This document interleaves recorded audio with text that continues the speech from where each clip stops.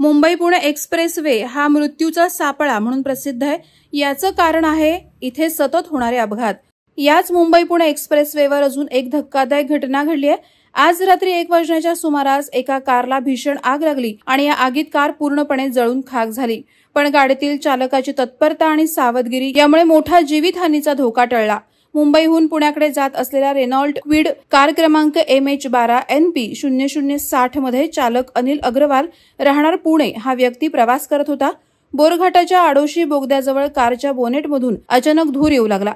हे दिसताच चालकानं तात्काळ लक्ष देत गाडी बाजूला घेत रस्त्याच्या कडेला थांबवली आणि प्रवाशांना बाहेर काढलं आणि त्यानंतर अगदी काही क्षणात कारनं भयानक आगीला तोंड दिलं।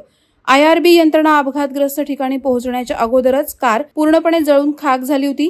सुदैवानं या आगीत कोणतीही जीवितहानी झालेली नाही, मात्र कारचं मोठ्या प्रमाणात नुकसान झालंय।